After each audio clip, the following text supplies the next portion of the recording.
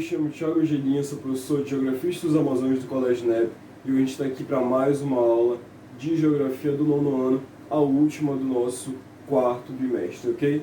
A gente vai falar um pouco aqui mais sobre o Oriente Médio, mas a gente vai falar sobre uma característica social muito marcante quando a gente vai estudar ou ler sobre o Oriente Médio. A gente vai ver notícias que é quanto à questão religiosa e como funciona o islamismo lá, e basear principalmente a nossa aula agora quanto à questão do fundamentalismo islâmico, ok? Do fundamentalismo, olha aí. Fundamentalismo islâmico, aqui ó, fundamentalismo diferente de terrorismo. A gente tem que entender isso porque já tem uma visão muito clara no Ocidente que todo e qualquer pessoa que venha da religião islâmica ou muçulmana, que professa essas ideias, tem alguma ligação com o terrorismo. Ou que os fundamentalistas islâmicos tenham uma ligação com as alianças terroristas que existem no Oriente Médio. A gente vai entender que não. Pelas condutas e por como a gente tem levado as questões da religiosidade e quanto à sociedade ocidental, principalmente aqui no Brasil, a gente vai entender que o fundamentalista islâmico está mais próximo da gente do que a gente pode imaginar. Bora entender isso. Olha aí, o fundamentalismo, o que significa? Qualquer corrente, movimento ou atitude de cunho conservador ou integralista que enfatiza a obediência rigorosa e literal ao conjunto de princípios básicos. Bora entender de fato essa frase aqui. Qualquer corrente, movimento ou atitude, ou seja, qualquer corrente ideológica ou religiosa, movimento religioso ou até mesmo uma atitude isolada, uma atitude pessoal, de cunho conservador, ou seja, que vem com a intenção de conservar princípios básicos, e a gente vai entender que o porquê de conservador nisso, quando a gente for falar um pouco mais sobre a história do islamismo, ok? Ou integralista, ou seja, quando a gente vê essa palavra integralista, pode significar várias coisas. Integralista, quando a integrar um povo em um único só, isso, gente, pode ser feito de forma pacífica, mas esse integralista aqui, ele quer integrar o povo de uma forma só, em um só ideal, a partir de ideias conservadoras e de imposição física e política, ou seja, ele quer impor, ele quer obrigar a se integrar, que enfatiza a obediência rigorosa e literal ao conjunto de princípios básicos. Esse conjunto de princípios básicos da religião islâmica é o Alcorão, que seria a Bíblia, seria o livro sagrado ali dos islâmicos. Então, os fundamentalistas, eles levam em questão a obediência literal desses livros, desses preceitos. E a gente vai ver que o fundamentalista de outras religiões, também do islamismo, ele leva muito a questão não de forma literal, mas somente o que convém a ele. A gente vai entender melhor. Ou seja, aquilo que se fundamenta em princípios morais e éticos de uma tal lei ou escrito religioso, tornando-se verdade absoluta, forçando as demais pessoas a seguir. Aqui, ó. Ou seja, que se fundamenta em princípio, fundamentalismo, em princípios morais e éticos, que venham fazer parte de alguma religião, de algum preceito, né? Que religiões carregam opções de quesitos morais e éticos e algumas histórias também de sabedoria, né? Ou tal lei. Por isso que essa questão dos fundamentalistas também não se baseia somente contra a questão religiosa, também se baseia contra questões políticas. O escrito religioso tornando-se verdade absoluta, forçando as pessoas a seguir. Como eu tinha dito, aqui para frente a questão de integrar, né? Aqui, isso já ocorre em religiões como a católica e o protestantismo. Como eu disse para vocês, o fundamentalista islâmico que a gente vê na TV, nos noticiários, ele pode estar mais próximo da gente do que a gente imagina. Isso aqui, desse fundamentalismo, já aconteceu com a Igreja Católica, acontece até hoje, né? Mas de forma bem menor, claro, com a questão dos dogmas, das indulgências que eram vendidas, isso há muito tempo atrás, na Idade Média, né? Vendiam a salvação dos céus a partir de pequenos adornos, isso aí cobravam preços muito altos por essa salvação, né? Levavam em consideração os dogmas, as verdades absolutas, e nisso aí nasceu a Santa Inquisição, né? Que foi esse momento onde as pessoas que iam de contra a Igreja Católica eram mortas e tinham a vida ceifada ali por essa corrente teológica que foi a Igreja Católica nesse período. Claro, a Igreja Católica, como o próprio Papa, já se desculpou por esses momentos históricos aí, bem recentemente, no começo desse século, mas a história, as vidas que foram perdidas ali pela Igreja Católica, que ela fez questão de tomar, né, a partir da fogueira santa, a partir da Inquisição, a partir da morte, a partir da truculência, das torturas, elas não voltarão, né? E ficarão aí manchadas na história da Igreja Católica durante muito tempo. Isso a gente vê também contra o protestantismo. O protestantismo que surgiu ali com Martinho Lutero, que ele ia contra a Igreja Católica, né? E hoje viu o seu ideal de religião totalmente deturpado, digamos assim, com igrejas pentecostais, com igrejas que levam em consideração a mesma indulgência que tinha na Idade Média com a religião católica, hoje em dia tem com as religiões protestantes, com pastores e pastoras levando em consideração discursos políticos no seu púlpito ali, levando para os seus fiéis ali, seguidores, ideias políticas, ideias que não tem nada a ver com os escritos bíblicos ou com a ideia de amor e perdão que Jesus tinha, levando em consideração questões como o próprio ódio, questões como a segregação, questões como o preconceito, seja preconceito de raça, seja preconceito de gênero, seja esses seguir preceitos básicos da religião, mas somente os que os convém, né? Isso a gente tem visto bastante, isso se esbarra muito na hipocrisia de algumas religiões, principalmente também o protestantismo hoje em dia, né? Que tem levado bastante, principalmente aqui no Brasil, contra essas questões políticas, levando a religião a partir de relações pessoais mesmo deixando de lado a religião, Jesus e Deus, para falar de política e satisfazer os seus próprios prazeres, né? Satisfazer suas próprias ideais e atitudes ali nas igrejas. Então isso também é uma forma de fundamentalismo, né? Fortalecendo discursos de ódio por aí, com o nome da religião, trazendo isso, seja na internet, com fake news, seja levando mesmo isso na igreja. Isso daí também se torna uma forma de fundamentalismo e pode tornar-se sim forma de religião, de violência, né? Assim como os terroristas, porque isso a gente já pode ter visto aí terreiros de Umbanda e lugares que professam outras religiões aí sendo atacados por pessoas tanto da Igreja Católica ou do protestantismo. Então isso de alguma forma é um terrorismo, né? Isso a gente percebe também em outros países, que a questão da religião cristã ela não é tão forte quanto aqui no Brasil, que também pessoas que carregam os ideais cristãos também falam de terrorismo, fazem ataques e outras coisas aí.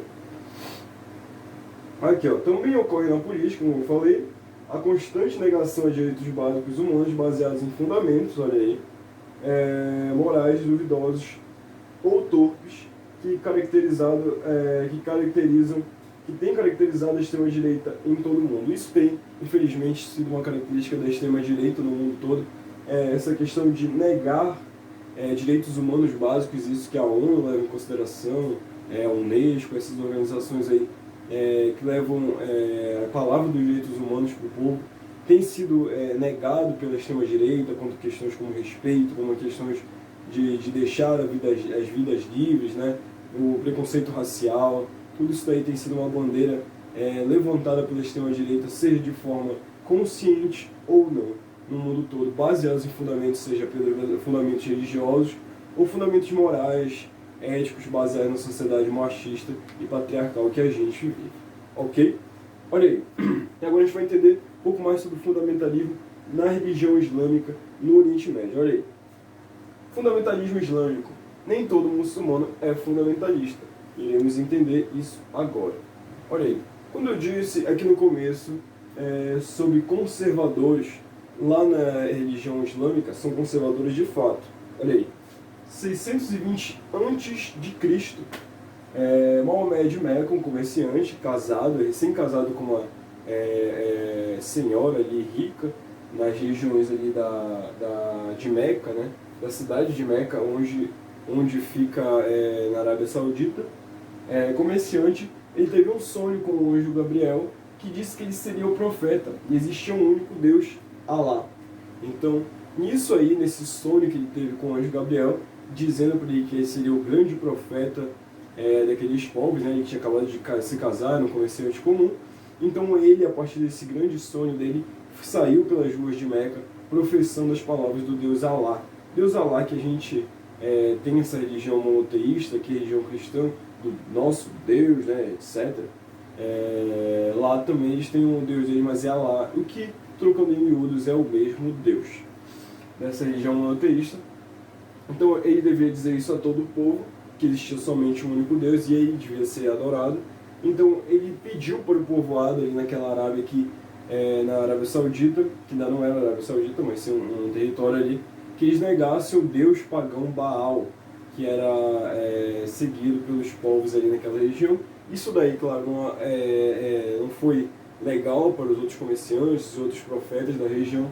Então, isso irritou os comerciantes, forçando Maomé, o grande profeta, a se refugiar em Yatreb. Yatreb, que nessa época ele era chamado de Yatreb, depois tornou-se Medina, que em tradução literal significa a cidade do profeta. Aí, levando a palavra de Alá, formando um exército e voltando a Meca. Aí, ele chegou na cidade de Medina, né, em Yatreb, nessa época, e assim foi levando a palavra de Alá, sendo de fato o profeta que o anjo Gabriel disse que ele seria, e nisso aí ele trouxe uma grande multidão de seguidores, e com isso ele formou o seu exército. E aí a gente já vê um pouco do fundamentalismo, né, da religião, já formou um exército para voltar a Meca. E nisso aí ele conseguiu tomar a cidade de Meca, e a partir da sua posição como profeta, do grande poder que ele tinha ali a partir da palavra do Deus Alá, ele fez o Império Árabe naquela região ali. Muito do que a gente conhece como um território árabe hoje em dia já foi um território governado por Maomé, de alguma forma. Aí então, depois de um tempo, Maomé morreu. Maomé, que é chamado de Mohammed também. Uma curiosidade é que todo primogênito que nasce ali nesses países árabes que professam religião islâmica, ele tem o nome de Mohammed. Claro, não é uma coisa obrigatória, mas é uma homenagem que os islâmicos eles fazem ao profeta Maomé, né, a Mohammed, em respeito mesmo à religião do povo ali. Ele dá todo o primeiro filho de cada família ali que tem nas religiões islâmicas, dá-se o nome de Mohammed, em homenagem a Maomé. Então Maomé morreu e ficou esse embate: quem iria continuar o legado de Maomé, de Mohammed? Ou seria alguém eleito, como diz nas sunas, a gente já vai explicar o que são as sunas, ou o parente mais próximo de Maomé, seu sobrinho Ali, ok? E aí criou-se esse embate. Quem iria continuar as palavras de Maomé? Quem fora eleito pelo povo islâmico, ou quem era o parente mais próximo aí de Maomé, que seria nessa época o seu sobrinho Ali. Nisso aí criou-se uma divisão no povo islâmico, né? Assim formando o partido de Ali, o que Ali, né, formou esse partido dele a partir dessa divisão e os seus seguidores, formando o Shiite Ali, que seriam os xiitas hoje em dia, e o outro povo que acreditava nas sunas. As sunas seriam as palavras professadas pelo profeta Maomé, que não estariam escritas no Alcorão. Seriam palavras faladas por ele e transmitidas de forma oral para o seu povo, ok? Essas são as sunas. E as palavras proferidas pelo profeta fora do Alcorão, ou seja, ele falou em algum momento que quem devia continuar com o seu trabalho em terra como profeta seria alguém eleito pelo povo islâmico. E isso daí era o que era falado nas sunas, né? E os xiitas, eles encaravam que deveria ser um parente mais próximo. Então, a partir dessas sunas aí, se conhece os sunitas. Então, formou-se esses dois grupos aí, os sunitas islâmicos e os xiitas islâmicos. Aí, formando os sunitas, e 90% desses países árabes são sunitas, né, que acreditam nas sunas do profeta Maomé, e o resto e 10% são xiitas. São 10%, são pouquíssimas pessoas que professam essa ideia da xiita, né? E que o profeta de fato deveria ter sido Ali nesse período aí. Aí, e os xiitas eles acreditam bastante na jihad. Jihad seria a guerra santa, né? A guerra islâmica feita a partir de... A guerra seria a resposta para tudo. Como Ali defendia, então o partido xiita defende até hoje a jihad e essa guerra santa. Alguns países, né, que tem alguns xiitas. Aqui o Talibã, que é uma organização que fora ajudada pelos Estados Unidos na década de 80 a lutar para defender o território contra a União Soviética. Eles já acabaram ganhando essa guerra e governando com uma mão muito forte ali, e uma mão baseada também muito em preceitos da religião islâmica, né, no território que a gente conhece hoje como o Afeganistão. Claro, o Talibã ele estava ajudando os Estados Unidos ali a se manter como um território influenciado pelos Estados Unidos naquela região. Ganharam da União Soviética, mas logo depois os Estados Unidos não pôde influenciar tanto porque tornou-se um Estado baseado nas leis islâmicas. E tudo que era ocidental ali naquela região não era bem-vindo. Então o Talibã se fez presente assim. E a maior vitória dessas questões do Estado Islâmico, né, da ideia do islamismo, foi na década de 70, com a Revolução Islâmica no Irã, um país que ele era muito, né, influenciado pelos Estados Unidos, junto com Shah Reza Pahlavi, que era o rei, digamos assim, imperador daquela região, que deixava bastante o território aberto para as ideias americanas.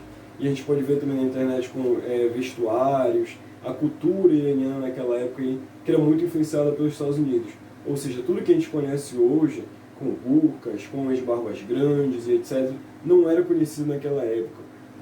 Muito do que o Ocidente era naquela época, o Irã também era, antes da Revolução Iraniana. Aí aqui, liderados pelo Ayatollah Khomeini, né, o Shah Reza Pahlavi, que, enfim, a partir de vários escândalos de corrupção, milícias armadas do governo cercando a oposição ali, então, a partir de uma revolução, conseguiram tirar o Shah do poder e tornaram o Irã um Estado essencialmente islâmico, ou seja, as leis ali do Estado todo eram baseadas a partir do Alcorão, junto com a Ayatollah Khomeini, que foi a liderança por trás dessa grande revolução aí, tornando tudo diferente no Irã. O que era governado pelo Shah, incentivado, influenciado pelos Estados Unidos, hoje em dia não tinha mais nenhuma, hoje em dia não tem, né, mais nenhuma influência do Ocidente, e o que eles têm total repulsa contra essas influências e contra essas outras coisas aí que tinha no Irã nessa época. Enfim, o Irã vivia uma vida bem ocidental mesmo, que a gente conhece. Tinha cassinos, tinha lojas, tinha roupas, tinha carros americanos, tudo ali naquela região. Era uma parte americana daquela região, né? E aqui a gente pode ver. E outra base também seria a Al-Qaeda, né, que é uma célula muito mais tecnológica e de terroristas de fato. Eles são uma célula terrorista que tem como base esses fundamentos islâmicos contra o Ocidente, né? Os ataques dos 11 de setembro foram de autoria da Al-Qaeda. Nessa ocasião, o Osama Bin Laden, conhecido terrorista que hoje, enfim, não sei, se encontra morto, fazia parte da Al-Qaeda, que era uma célula terrorista. E o Estado Islâmico também, que baseando-se principalmente nessa Revolução Iraniana, tem como ideia a formar ali um califado. O califado seria um Estado totalmente islâmico entre as fronteiras da Síria com o Iraque, né? A partir dos ataques terroristas e desse imperialismo ali que eles mantêm na área. Ok? Espero que vocês tenham entendido essa aula, possam pausar e copiar, se possível, aqui algumas coisas, né? E tenham um ótimo momento de estudo agora, um ótimo dia. Muito obrigado mesmo. E copiem e estudem bastante. Muito obrigado, bom dia.